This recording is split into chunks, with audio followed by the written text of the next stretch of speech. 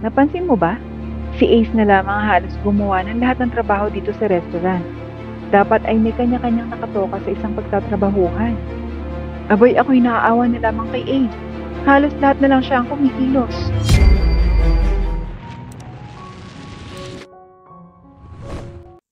Nang magsimulang pumasok sa mundo ng pagninegosyo ang dalagang si Ira, isa sa pinakapanalangin niya ay ang mabiyayaan siya ng mga empleyadong makakatulong sa kanya na makilala ang kanyang restaurant.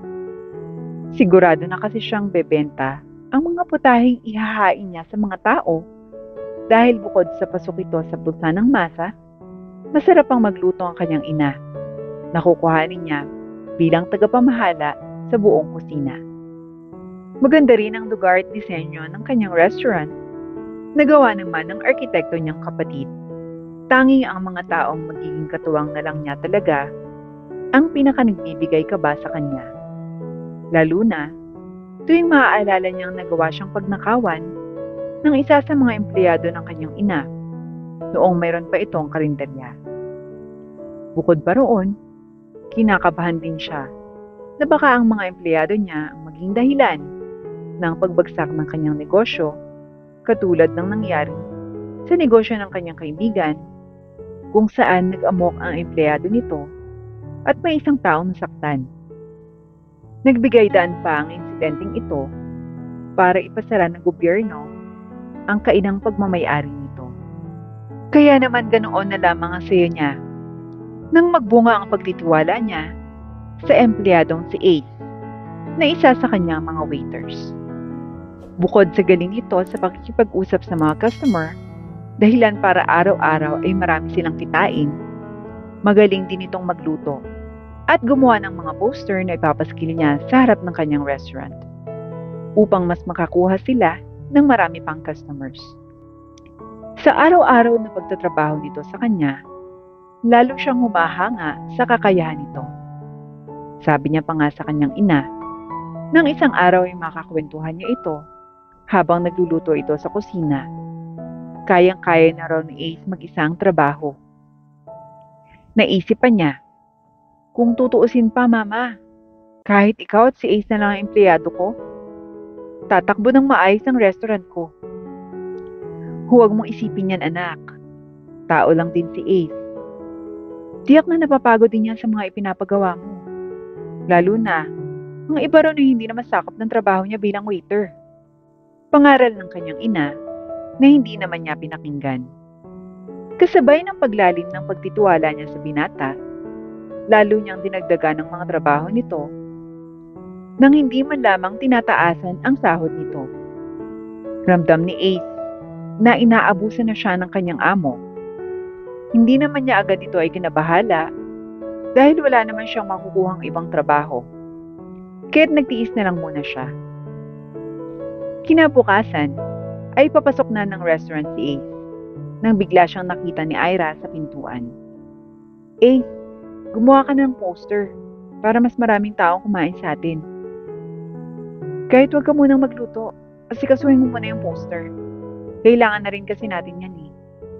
Wika nito kay Ace na ikinagulat naman niya ang sagot nito. Ma'am, madami pa po akong gagawin eh. Pwede po ba sa isang araw na yan? Mas kailangan po ako sa kusina eh. Sambit nito kay Ira. Hindi naman na kailangan sa kusina eh. Ang importante ay makagawa ka ng poster.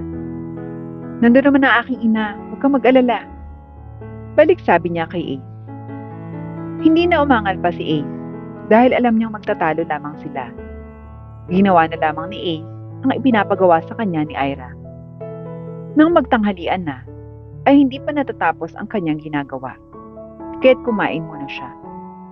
Matapos kumain, ay kaagad niyang sinimulan ang kanina pang poster na hindi pa natatapos. Inabot na siya ng hapon, pero natapos na rin niya ito. At sakto, malapit na rin mag-uwian. Naglakad na lamang siya pa uwi dahil malapit lang din naman ang kanyang bahay sa kanyang trabaho. Si Ace ay may pamilya na, kaya kahit anong trabaho ay kanyang papasukan para lamang sa kanyang pamilya. Kahit ito ay pagod sa trabaho, ay nakikipaglaro pa rin ito sa kanyang anak na bunso. Nawawala ang kanyang pagod dahil sa anak niya. Mas masaya pa siya basta makita lamang niya ang kanyang pamilya. Kinabukasan ay maagang pumasok si Ace para sa loob na ng kusina siya naka-assign ngayon. Nang dumating si Ira, ay nagpasalamat ito kay Ace dahil natapos niya ang ipinapagawang poster dito. Salamat Ace ng marami ha. Ngayon makakapagluto ka na at matutulungan mo na rin ang aking ina. Sampit na Ira kay Ace at isang ngiti lang ang kanyang natanggap. Nang matapos sa pagluluto, ay may ilang customer ang wala pang pagkain, kaya siya na rin mismo ang nagdala rito. Mabuti na lamang at tapos na talaga siya sa kanyang pagluluto, kaya nakatulong na siya para maihatid ang mga pagkain in order ng mga tao. Lahat ay gagawin ni Ace para lamang sa kanyang trabaho. Kahit na sobrang pagod ito, ay laban lang ng laban. Ngunit hindi niya maiwasang maisip na puro pagod ang kanyang nararamdaman at ang baba naman ang kanyang sahod. Alam niya sa sarili niya na mahirap kumita ng pera. Kaya't hanggat kaya pa niya, ay hindi siya susuko ng basta-basta lang. Malaki rin ang tulong na naibibigay niya sa kanilang restaurant.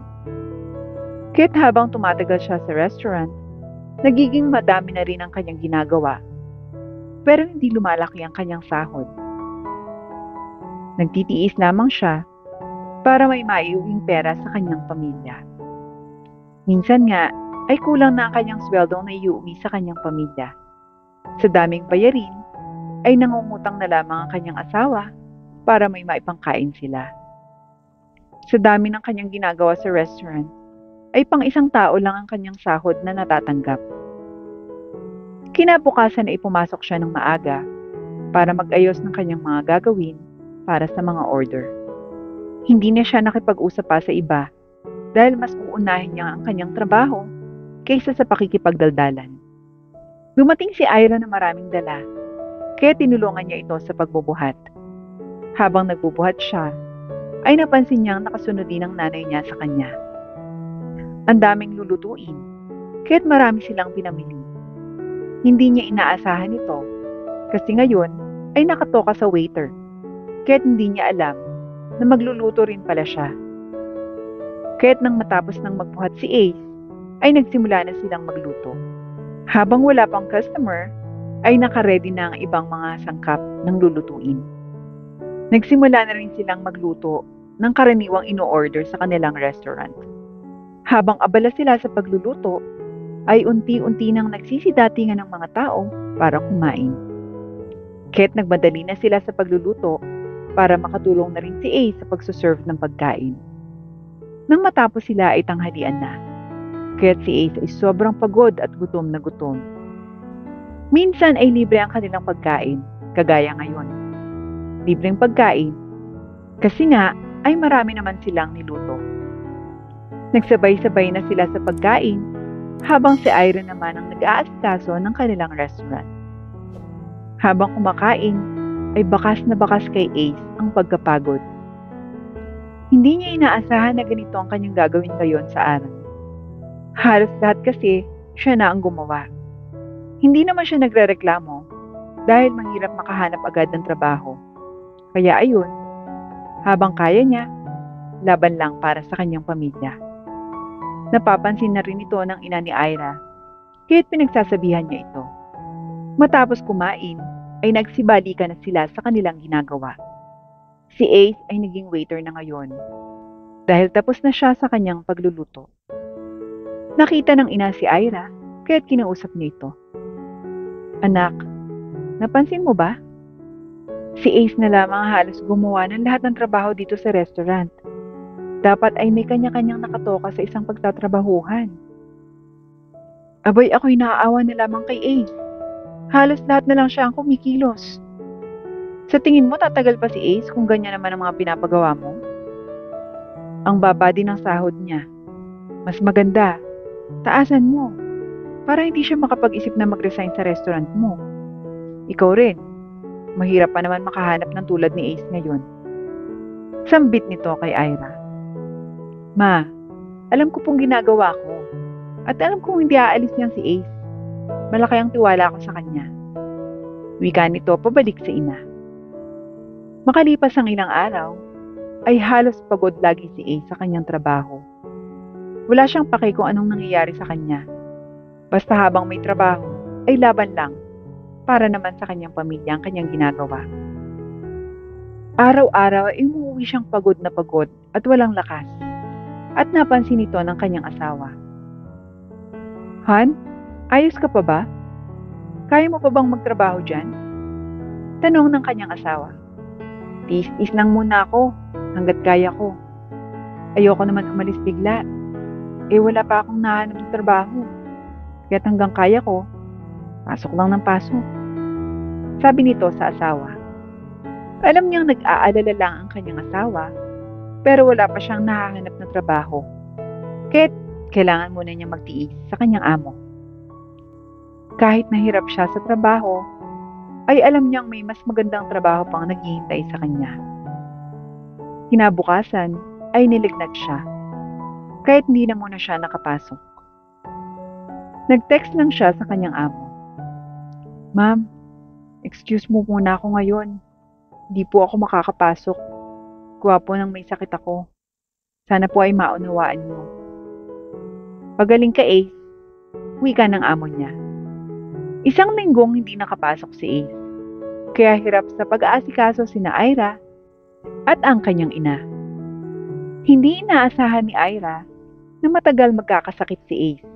Kaya wala siyang nagawa kundi ang tumulong sa restaurant niya. Abalang-abala sila dahil maraming tao ang kumakain at hindi sila magkanda-ugaga sa mga gawain. Makalipas ang isang linggo, ay magaling na si Ace, kaya't pumasok na rin siya agad sa trabaho. Pagdating niya sa restaurant, ay parang pinagyo ang kanilang restaurant sa sobrang dumi. Buti na lang at maaga pa, kaya't naglinis na muna sila. Hindi nila natapos ang kanilang paglilinis noong linggo dahil sobra ang pagod nila. Kaya ngayon ay nag-umpisa na si Ace maglinis. Nang matapos ito, ay nagluto naman sila ng ina ni Ira. Mabait ang ina ni Ira, kaya nakakatulong ito sa kanyang resto. Matapos ang pagluluto, ay nagsilbi na si Ace sa mga tao kasi padami na ng padami. Kinagabihan, ay tapos na sila sa kanilang trabaho, kaya't naglinis na lang ito ng restaurant. Pagkatapos ay nagsiuwian na sila at nag-usap sila ng kanyang asawa tungkol sa kanyang trabaho. Han, maigi pa umalis ka na sa trabaho mo. Kesa naman lagi kang pagod pag-uwi mo. Alam kong marami ang trabaho dyan na naghihintay sa'yo. Kaya hanggat maaari, mag-resign ka na Han. Kasi akong nahihirapan para sa sarili mo. Payo ng kanyang asawa sa kanya na nagpaluha sa kanya. Han, napag-isipan ko na rin yan nung nagkasakit ako. Halos 1 linggo tayong tenga. Buti na lang may ipon tayo. Kundi, nga talaga tayo dito. Kaya Han, huwag kayong mag-alala dyan. Hanap lang ako ng tiyempo para makapagpaalam na sa aking amo. Wala pa rin akong time sa aking anak. Kaya, nakapag-desisyon na ako, Han. Wala nang makakapigil pa sa desisyon ko. Wika ni Ace sa asawa, na siya namang ikinasaya nito. Pumasok na lamang siya ng 1 linggo para kahit umalis siya, ay meron siyang naipon na pera para makapaghanap ng bagong trabaho. Laking tuwa ng kanyang asawa sa kanyang narinig. Alam niya kasing hirap na si Ace sa trabaho, kaya kinausap niya ito para rin naman yun sa ikabubuti niya.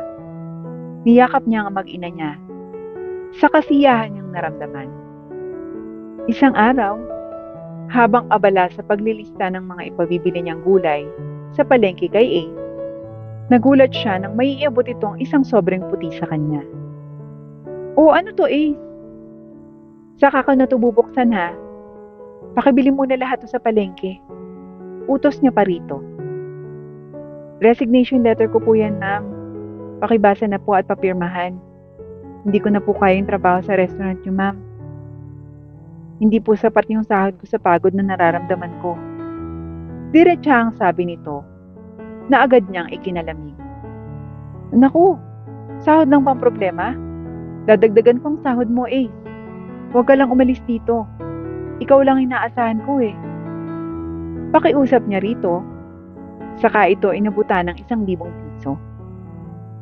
Kahit doblehin niyo pa po yung sahod ko, uuna po yung desisyon kong umalis dito. Pasensya na po kayo. Desididong wika nito na talagang nagbigay ng malaking problema sa kanya. Sa pagkawala ng binatang iyon, patong-patong agad ang kinaharap niyang problema. Samot-saring reklamo rin mula sa mga customer ang kanyang natatanggap dahil wala na si Ace. Ang tanging waiter na may pagmamahal sa bawat customer na kumakain doon. Sa pangyayaring iyon, natutunan niyang hindi niya dapat abusuhin ang kanyang mga empleyado dahil katulad niya, may kahinaan din ang mga ito at napapagod.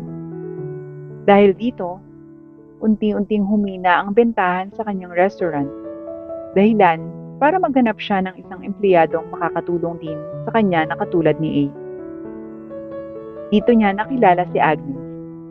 Hindi man ito kasing galing ni Ace, maaasahan din ito at may puso rin sa pagtatrabaho na talagang ikinatuwa niya. At dahil nga natuto na siyang magpahalaga ng empleyado, hindi na niya inabuso ang galing na mayroon ito. Bagkus, ito'y kanyang tinulungan upang mas lumago pa ang angking galing. Nagdagdag din siya ng tao upang makatulong sa paglago ng kanyang negosyo. Kung dati inaasa niya ang lahat kay Ace, ngayon humanap na siya ng taong nakatoka sa pamamalengke, paggawa ng poster, pagluluto, at kung ano-ano pang mga bagay na nagbigay ng saya at gaan sa kanyang mga empleyado. Sa aksyon niyang ito, bumalik ang sigla ng kanyang restaurant na talagang ikinahanga ng kanyang ina. Ipinagpatuloy niya ang gawain ito simula noon hanggang sa tuluyan na siyang makapagpatayo ng iba pang branches sa buong probinsya.